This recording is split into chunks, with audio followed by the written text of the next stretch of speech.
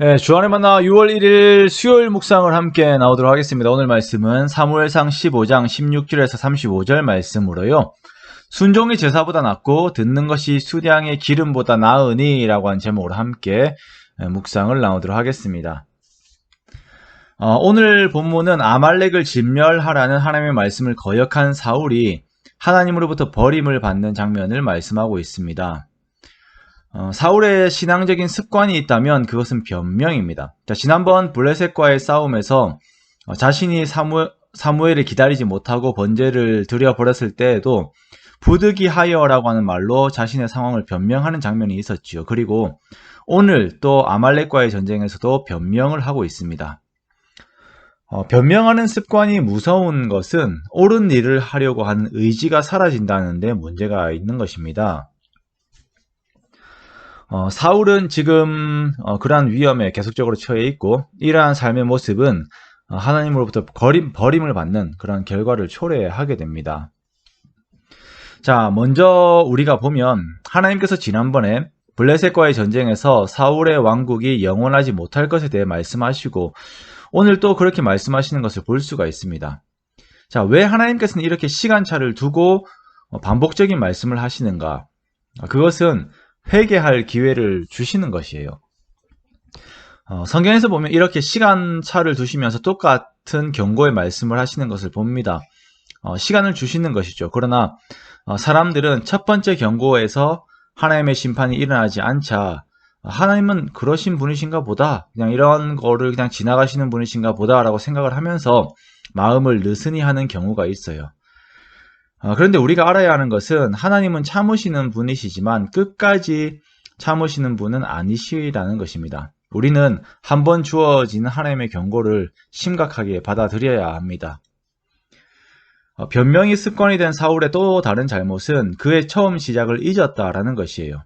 사무엘은 사울이 스스로 작게 여길 때에 하나님께서 이스라엘 지파의 머리가 되게 하셨다라고 하는 그 하나님의 마음을 전달하였습니다. 그러므로 사울은 항상 하나님 앞에서 자기 자신을 돌아보아야 했어요.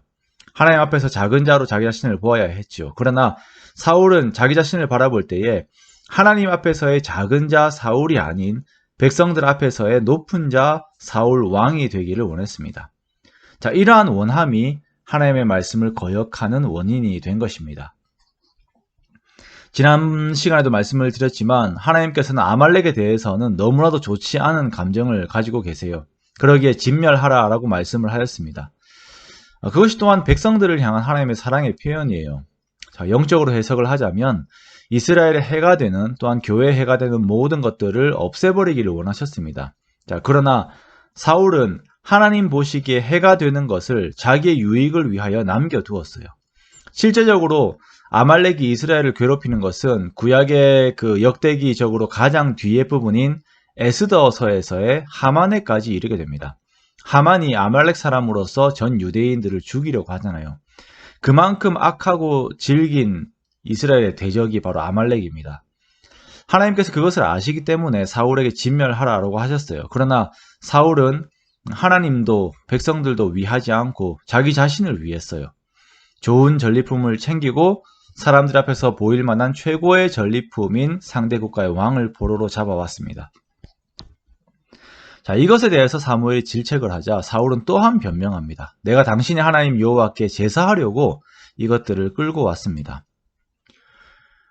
이사야에 나오는 유다 사회의 문제는 악과 성회가 공존하는 것이었습니다. 내가 죄를 짓고 살지만 하나님께 예배로 보상하면 된다라고 하는 일종의 종교적인 딜이 그들에게 있었다는 것입니다. 우리도 그러한 것이 얼마나 많이 있습니까? 세상에서는 세상의 방법대로 죄를 짓고 살지만 주일에 예배당에 나와서 예배 드려주면 된다라고 생각하는 그 신앙들이 있어요. 자, 하나님께서 이러한 우리의 마음의 중심을 보셨을 때 어떤 생각이 드실까요? 하나님께서 뭐가 모자라셔서 사울의 양과 소를 받으시고 우리의 예배를 받으시려고 하시는 것인가요? 아닙니다. 하나님께서는 사울이 가장 낮을 때에 그를 왕으로 삼으셨고 우리 또한 우리가 아직 죄인 되었을 때에 예수님께서 우리를 위해서 죽으심으로 그의 사랑을 확증하셨어요. 우리를 의롭다라고 칭하셨습니다. 자, 그렇다면 우리는 하나님의 은혜를 항상 생각하며 순종하는 자리에 나아가는 것이 올바른 태도입니다. 하나님, 내가 제사 드려줬잖아요. 예배 드려줬잖아요. 봉사해 드렸잖아요가 아니에요. 우리가 하나님 앞에 영원토록 가져야 하는 태도는 하나님, 제가 하나님의 은혜를 입은 자로서 하나님의 말씀을 청종하고 말씀을 듣기를 즐겨하겠습니다 라고 고백하면서 실행하는 그 낮은 자의 모습, 그 신앙이 하나님 앞에서의 올바른 위치이지요. 이 말씀을 쉽게 거역하는 것은 그러면서 다른 보상을 하나님께 드리겠다라고 하는 신앙생활은 점치는 죄와 같고 우상에게 절하는 죄와 같습니다. 신명기에서 말씀하시는 이러한 것들에 대한 형벌은 죽음이에요. 하나님께서는 사울에게 회개의 기회를 주셨음에도 불구하고 그는 하나님보다 자기 자신을 더 높이는 것을 택하였습니다. 우리가 하나님 앞에서 우리의 신앙을 돌아봅니다. 내가 항상 주를 내 앞에 모시는 삶을 살고 있어야 하는데 내 필요에 따라 행하고 예배 한번 드려준다라고 하는 개념 속에 살고 있지는 않습니까? 매일의 삶 속에서 말씀의 뒤를 따라가야 하는데 내 마음대로 행하고 하나님이 필요하신 것 내가 한번 해준다라고 하는 개념으로 살고 있지는 않습니까? 하나님께서는 그러한 것을 가증하게 여기십니다. 그러한 예배를 받지 않으세요. 우린 순종이라고 하는 그 예배의 삶을 우리가 살아내어야 하고 청종이라고 하는 예배의 삶을 우리가 살아내어야 합니다. 그래야 하나님의 마음에 합당한 자들이 됩니다. 우리가 주어진 삶을 살아갈 때에 더욱더 마음을 하나님께로 향하여 하나님이 기뻐하시는 것이 무엇인지 살피면서 청종하는 저와 여러분이 되시기 원합니다. 그렇게 주의 기쁨이 되는 저와 여러분의 복된 삶이 되시기를 주님의 이름으로 축원합니다.